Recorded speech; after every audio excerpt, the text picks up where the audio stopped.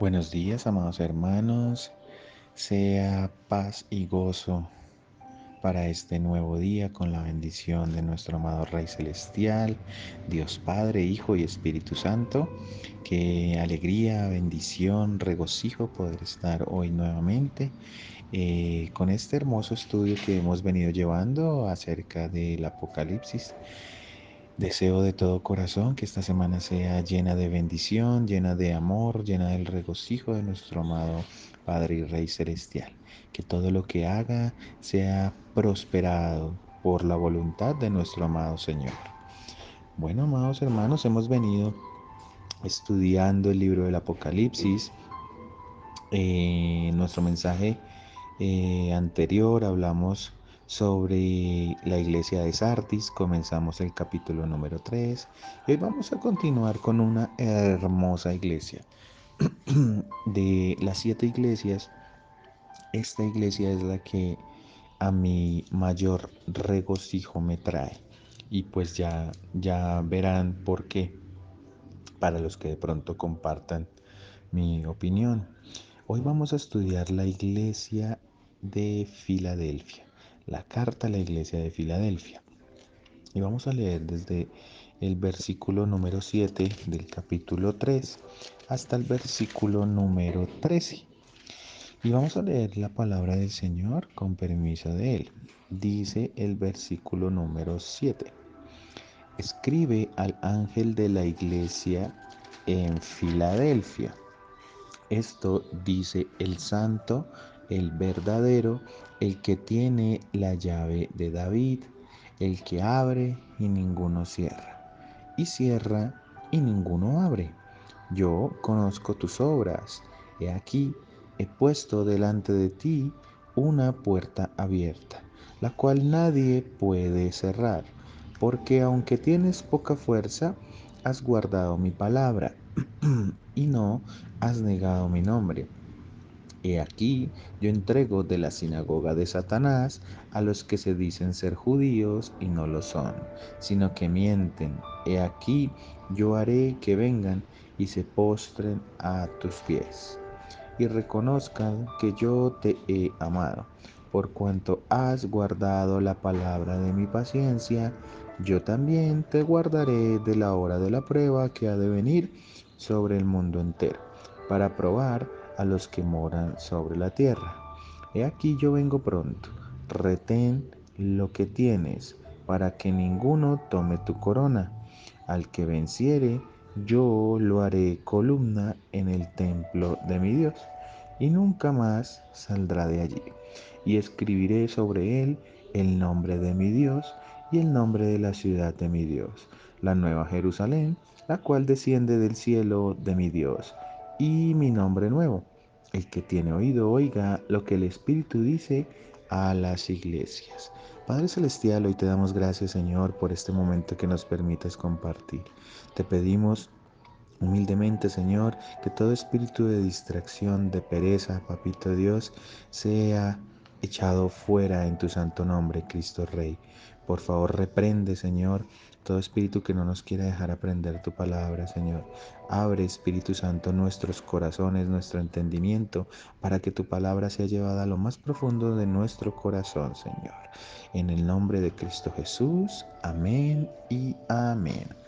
Bueno, amados hermanos, como hemos venido estudiando, ya sabemos que cada iglesia que el Señor Jesús nombró, cada carta, representa un periodo de tiempo de la iglesia. Entonces vamos a comenzar por esta parte. Entendemos que la última iglesia que estudiamos, la iglesia de Sardis, terminó en el año 1750, más o menos. Y entonces la iglesia de Filadelfia, por consiguiente, comienza en 1750, en el siglo XVII, y termina más o menos sobre el siglo XIX, el año 1900, ya casi para entrar al nuevo siglo. Y pongamos primero que todo en contexto de qué era Filadelfia. Bueno, Filadelfia, la palabra Filadelfia significa amor fraternal, amor entre hermanos. Y aquí porque me parece muy bonita, muy hermosa, una palabra muy edificadora, la de esta iglesia. Bueno, Filadelfia era una iglesia que se encontraba al suroeste de Sardis. Recordemos que todas estas iglesias tenían una cercanía relativamente corta, o sea, no estaban muy distantes la una de la otra, estaban en Asia, en Asia Menor. Esta iglesia eh, hoy en día se conoce como la ciudad de Alasehir, ¿sí?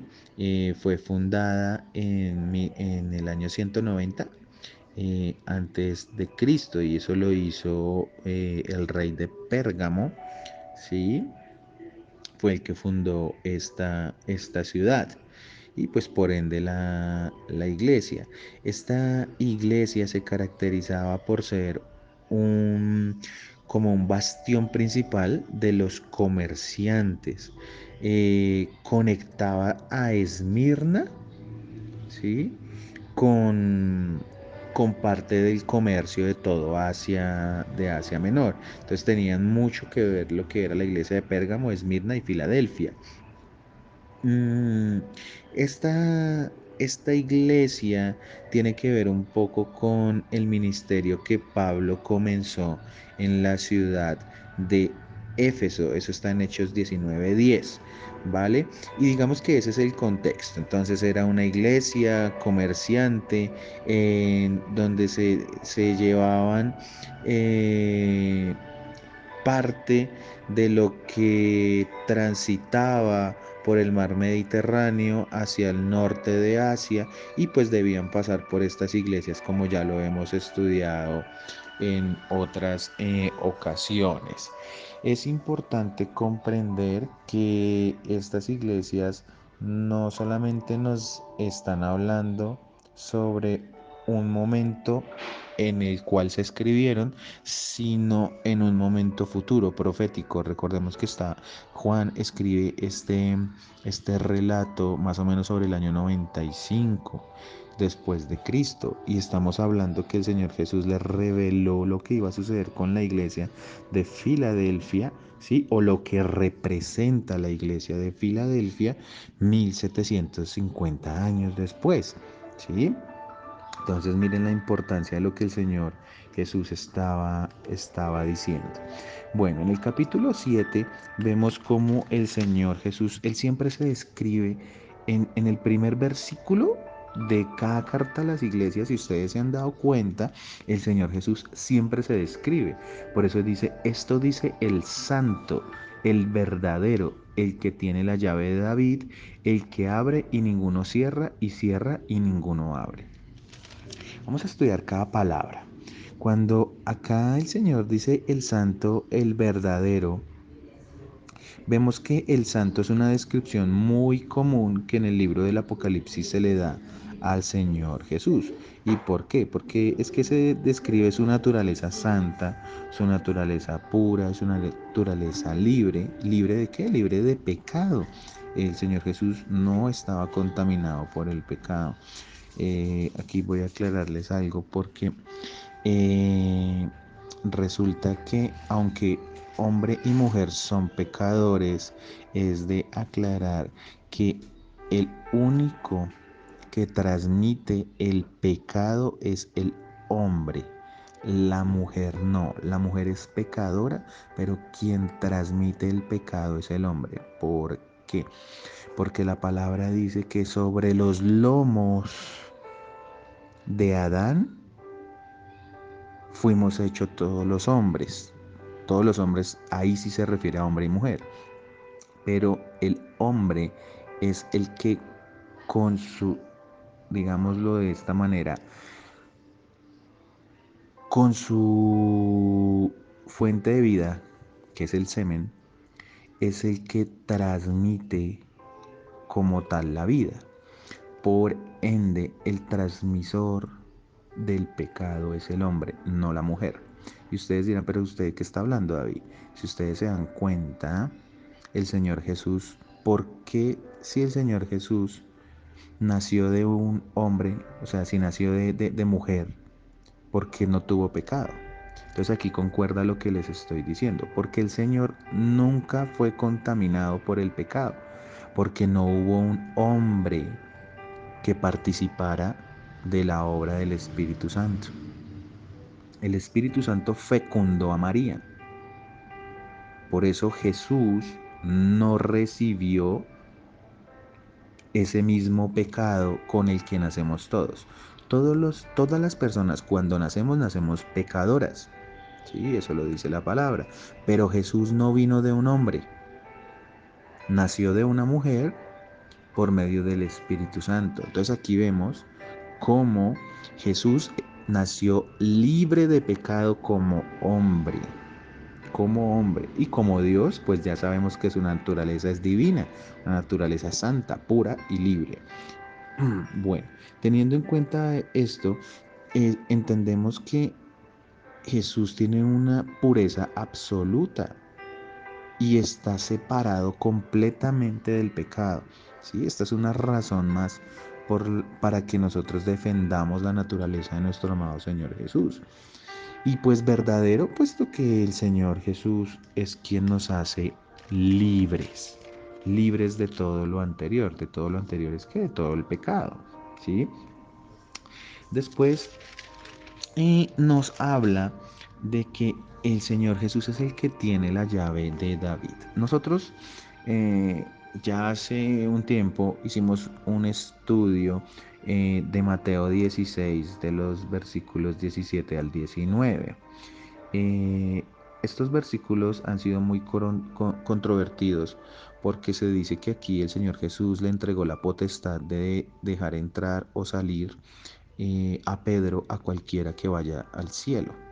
Y pues esto es una mala doctrina y una mala enseñanza. Y aquí vemos la ratificación del por qué.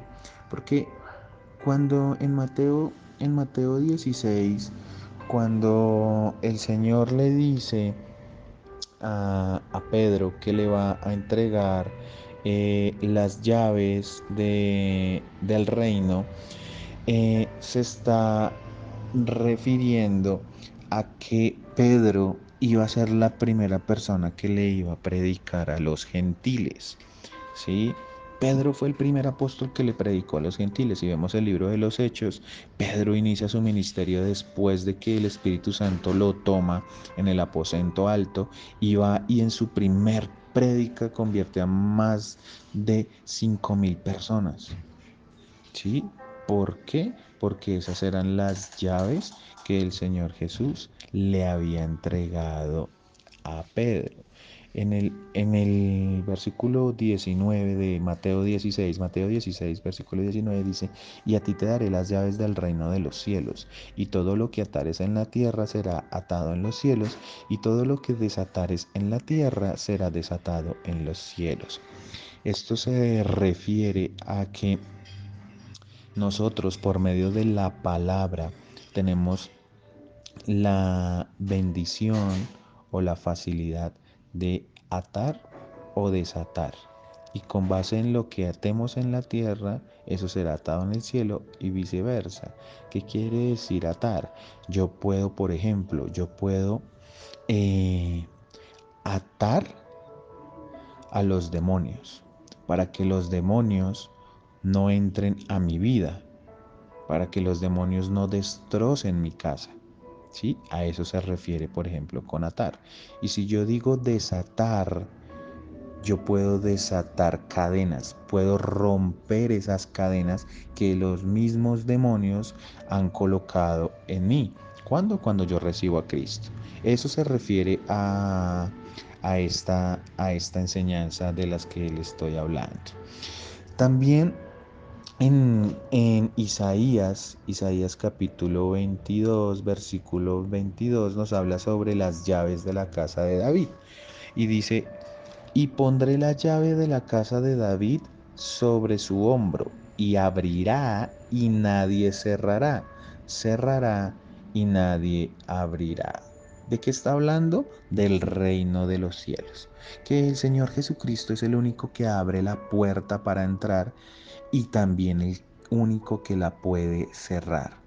nosotros entendamos que en este momento nos encontramos en un momento muy bendecido, puesto que este periodo de tiempo en el que esperamos al Señor Jesucristo en su segunda venida, eso se llama el Valle de la Iglesia. Sí, porque es el periodo de tiempo en el que los que creemos en Cristo pues seremos salvos. Por eso se llama el Valle de la Iglesia. Esto tiene que ver mucho con la profecía de Daniel, que ya la hemos explicado en varias oportunidades. Entonces, ese Valle de la Iglesia corresponde al periodo de tiempo que hay entre la semana 69 y la semana 70 de Daniel. Sabemos muy bien que la semana 70 de Daniel nos habla del Apocalipsis, de ese periodo de tiempo en el que Dios enviará su juicio al mundo a todos los que no quisieron recibir el nombre de Cristo y arrepentirse de sus pecados. Entonces el Valle de la Iglesia es lo que ocurre antes de que venga el Señor Jesucristo. ¿Listo? Bueno, también entendemos que cuando el Señor dice el que cierre y ninguno abre, se está refiriendo adicional a que el Señor también tiene la potestad de eh, dar muerte y pues de condenar. Solamente Él es el único que lo puede hacer. Es por eso que en este pasaje de la Escritura la palabra nos está hablando de que esas llaves que tiene Cristo llevan a salvación.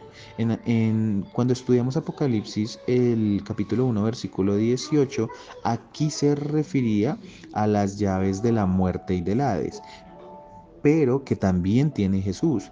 Pero en este versículo, en el capítulo 3:7, se refiere a las llaves de salvación y de bendición eterna.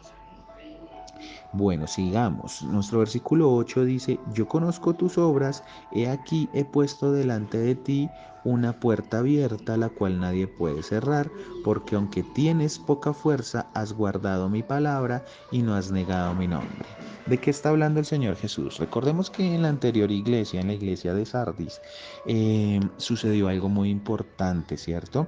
Y fue que gracias a que el Señor colocó por medio de su Espíritu Santo en varios hombres de Dios el seguir la palabra y no dejarse seguir sometiendo por la Iglesia Católica.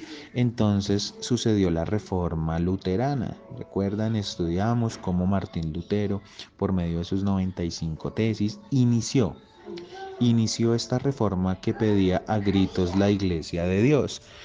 Es importante, amados hermanos, que entendamos que cuando Martín Lutero hace esto, se deja usar por el Espíritu Santo, eh, el Señor da el inicio a la transformación de la iglesia. ¿Sí? Entonces, no fue que en 1517 ya sucedió la reforma protestante, no, sino que eso tuvo un periodo de transformación. Es por eso que en 1750 pues ya empezaba a dar esos frutos que necesitaba la iglesia para poder volver al camino de Dios, al camino de Cristo, a la verdadera palabra.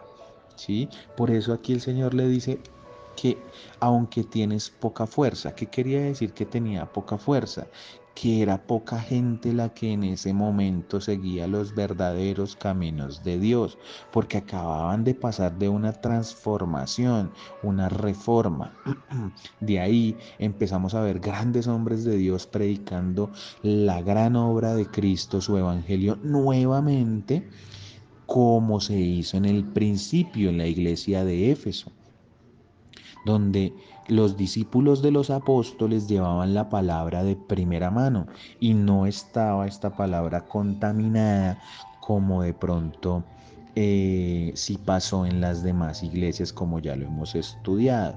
Entonces, aquí nuevamente la iglesia, sí, la iglesia protestante empieza a sacar todo eso que le hacía tanto daño a la iglesia. No podemos decir que en una totalidad se sacó, no, porque pues hoy en día vemos que son muy pocas las iglesias que dan una sana doctrina, o sea, que se guían por la palabra de Dios, la verdadera palabra de Dios, eh, que están, digamos que libres de eso que ha manchado tanto al mundo, que ha sido la idolatría, el amor al dinero, ¿sí? El amor al poder. Entonces vemos cómo el Señor permite que, aunque esta iglesia tuviese poca fuerza, pues como ha guardado la palabra, ¿sí? Y no has negado mi nombre, recordemos que habían muchas personas que apostataban del nombre de Jesús, porque como los perseguían y los mataban, ya en esta iglesia no sucedía como lo que sucedió en la iglesia de Esmirna, como sucedió en la iglesia de Pérgamo, que los perseguían, los mataban de una forma, Dios mío, eh, tenaz, sino que lo que hacían era que los excluían social, económica y políticamente. Entonces, por miedo a perder todos estos beneficios, pues negaban el nombre de Cristo. Pero estas personas no. Por eso dice el versículo 9, he aquí yo entrego de la sinagoga de Satanás a los que se dicen ser judíos y no lo son, sino que mienten. He aquí yo haré que vengan y se postren a tus pies y reconozcan que yo te he amado. Fíjense cómo el Señor dice, y esta es a la única iglesia a la que Él le dice, y reconozcan que yo te he amado. Y aquí no se refiere a que solamente a las personas que vivieron entre 1750 y 1900 es que Dios amó. No, se refiere, recuerde que esto es un sentido espiritual, ¿no? Entonces, los que verdaderamente guardan la palabra de Dios, los que verdaderamente siguen con amor sus enseñanzas, lo que Él nos dejó, y los que las aplican hacia los demás, recordemos que Filadelfia es amor fraternal, pues ellos son a los que Dios ama verdaderamente. Entonces Dios nos hace una invitación con este pasaje, el Señor Jesús, a que tengamos en cuenta que si el Señor Jesús por amor a nosotros dio su vida en la cruz, pues nosotros de tal manera debemos ser capaces de entregarnos totalmente también a Él, a Cristo y por ende a nuestros hermanos. ¿Sí? ¿A quiénes son nuestros hermanos? Nuestros hermanos de la fe. No me refiero a hermanos de sangre, porque si mi hermano de sangre no cree en Cristo, pues yo no lo puedo obligar a él a que siga los caminos que Cristo dejó, sino pues desafortunadamente, pues mi familia si no cree, pues ellos tendrán la misma condenación pues que los impíos. Pero claramente pues nosotros debemos luchar para que ellos conozcan de la palabra. Es por eso que no nos podemos quedar ¿qué? Callados. El versículo 10 dice, por cuanto has guardado la palabra de mi paciencia, yo también te guardaré de la hora de la prueba que ha de venir sobre el mundo entero para probar a los que moran sobre la tierra. Y aquí, ¿qué nos está diciendo el Señor este versículo 10? Este versículo 10 es muy, muy importante porque es la promesa del cristiano. El versículo 10 nos está diciendo y debemos guardarlo en nuestro corazón profundamente, en donde el Señor nos dice, por cuanto has guardado la palabra de mi paciencia. ¿Qué quiere decir esto? Que todo lo que está escrito en la palabra de Dios, en la Biblia, está escrito porque Dios ha tenido paciencia, misericordia, ha sido perseverante en que nosotros encontremos la salvación. Desde la caída de Adán en el Génesis hasta los hechos desarrollados en Apocalipsis, vamos a darnos cuenta cómo Dios siempre ha buscado que nosotros seamos salvos y que no seamos condenados. A eso se refiere, has guardado la palabra de mi paciencia, que Dios ha tenido paciencia con nosotros. Por eso Él dice, yo también te guardaré de la hora de la prueba que ha de venir sobre el mundo entero. ¿Y cuál es esa prueba que ha de venir sobre el mundo entero? El juicio. que es lo que estudiaremos de los capítulos 6 al capítulo 19 del Apocalipsis con la ayuda de nuestro amado Rey Celestial. Aquí el Señor nos dice que Él no va a permitir que nosotros pasemos por esos momentos.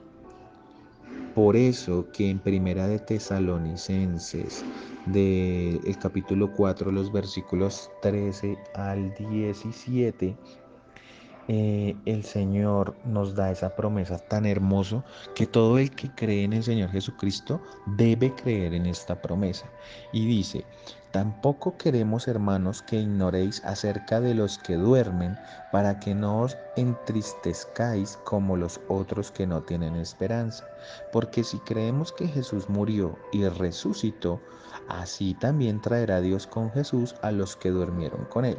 Por lo cual os decimos esto en palabra del Señor, que nosotros que vivimos, que habremos quedado hasta la venida del Señor, no precederemos a los que durmieron. Aquí viene la promesa, porque el Señor mismo con voz de mando, con voz de arcángel y con trompeta de Dios, descenderá del cielo. Y los muertos en Cristo resucitarán primero. Luego nosotros los que vivimos, los que hayamos quedado, seremos arrebatados juntamente con ellos en las nubes para recibir al Señor en el aire. Y así estaremos siempre con el Señor. Por tanto, alentaos los unos a los otros con estas palabras. ¿Qué nos está diciendo aquí el apóstol Pablo? El apóstol Pablo nos está diciendo, mire, antes de que llegue la semana 70 de Daniel, antes de eso, es necesario que la iglesia sea quitada del mundo. O sea, todo el que cree en Cristo debe ser quitado. ¿Para qué? Para que ahí sí recaiga la prueba de Dios sobre el mundo. ¿Y cómo va a suceder esto? Bueno, los que hayan muerto, ¿cierto? En todos estos años hacia atrás, los que hayan muerto y hayan creído en Cristo van a ser resucitados. Y los que estemos vivos y que hayamos creído en Cristo, lo hayamos recibido como nuestro Señor, como nuestro Salvador, seremos arrebatados, seremos transportados ¿a dónde? A las nubes, estas nubes que nosotros miramos y vemos en el cielo, ahí. He de aclarar que los impíos, que los que no creyeron, no se van a dar cuenta de eso. El mundo los va a engañar y va a decir que no, que desapareció toda esa cantidad de gente, fue por ovnis, por extraterrestres, por un virus, por bueno, que se murieron. Van a inventar una cantidad de cosas, que eso es lo que está haciendo Satanás ahorita, preparando a todo el mundo para que cuando venga, porque Satanás conoce la palabra, sabe que va a suceder todo esto, pues los va a engañar a los que se queden y no, pues no va a permitir que reconozcan que lo que sucedió fue el arrebatamiento y que va a iniciar la semana 70 de Daniel, el juicio de Dios sobre todo el mundo. Eso es, amados hermanos, a grandes rasgos, el periodo de la prueba. Ya de pronto más adelante lo estudiaremos, pero esta promesa es muy importante que la tengamos clara antes de que suceda todos los juicios sobre el mundo. La iglesia va a ser arrebatada. Ahora ustedes dirán, bueno, pero es que ahorita estamos pasando una cantidad de pruebas, una cantidad de dificultades. Sí, por supuesto que sí, porque Dios no es, en su palabra no dice que nosotros como creyentes no vamos a sufrir. Por supuesto que sí, pero que Él nos va a librar de ese momento de prueba del mundo, porque como lo estudiaremos más adelante, es un periodo de prueba muy duro, muy difícil, en donde de verdad que ninguno de nosotros va a querer estar.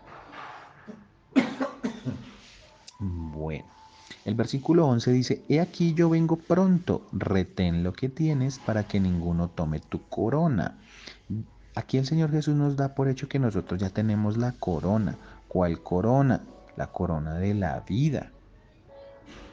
Y que debemos también esperar al Señor con prontitud, con la lámpara encendida en nuestro corazón, velando de día y de noche, porque Él dice, yo vengo pronto, o sea, la venida del Señor está cerca, amados hermanos.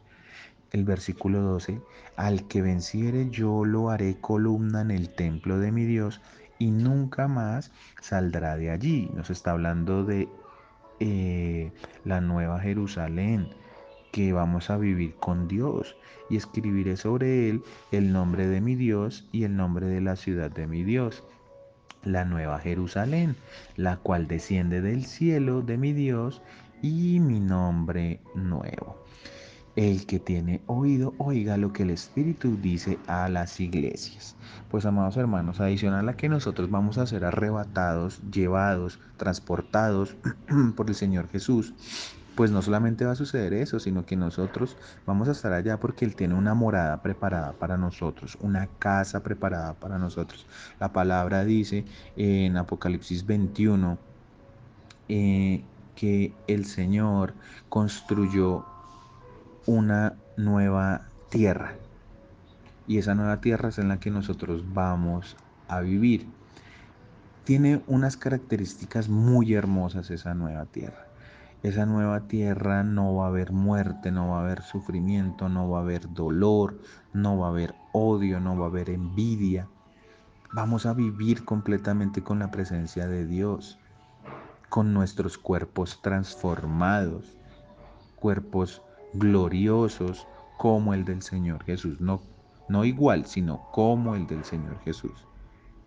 Esa es la promesa que Él ha hecho, en donde viviremos en unas calles hermosas. Dicen que las calles es de oro, que va a haber un árbol que de ese árbol brotarán frutos de vida, y que cada hoja nos representará en esa ciudad celestial, que no habrá necesidad de que haya un sol o una luna, porque la misma gloria del Señor, lo que se llama el Shekinah, va a permitir que seamos inundados de toda la supremacía de Dios. Siempre vamos a vivir en luz porque vamos a estar con Él. Él va a vivir con nosotros y vamos a poder por fin cumplir ese sueño, digámoslo de esa manera, que siempre ha tenido Dios, de que nosotros estemos en comunión con Él. Es muy importante entender que el Señor tiene una gran recompensa para los que sigamos su palabra, para los que sigamos firmes.